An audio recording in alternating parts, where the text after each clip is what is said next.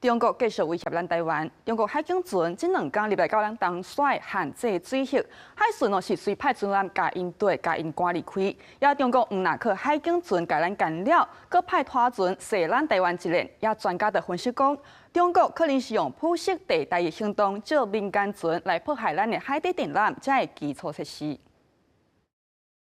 你未经许可进入我方水域，请立即转向，尽速离开我方水域。海巡人员向中国海警船公布距离，日透早6点，中国海警船33控制进入咱的东沙西北西平限制水域，海巡马上调派东沙巡护舰，顺河7号专程并航监控公布。另外，搁调派训练舰支援，早起6点外，训练舰将这船驱离到咱的限制水域以外。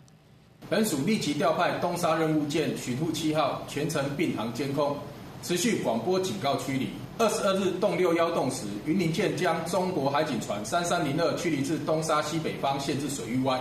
中国毋若透过海警船对咱施下为军事迷提供的航迹图来看，一只中国籍拖船联合海港5001，18位中国九龙港海域出发，因讲是射台一列，早起才登中国平潭岛。海巡强调，雷达专程监控这船，要公布距离。最主要拖船的目的还是应该是针对海缆布放位置，我想反而是。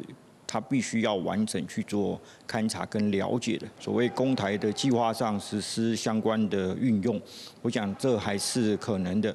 专家提醒，要注意中国透过铺设地带行动迫害咱海缆等关键基础设施。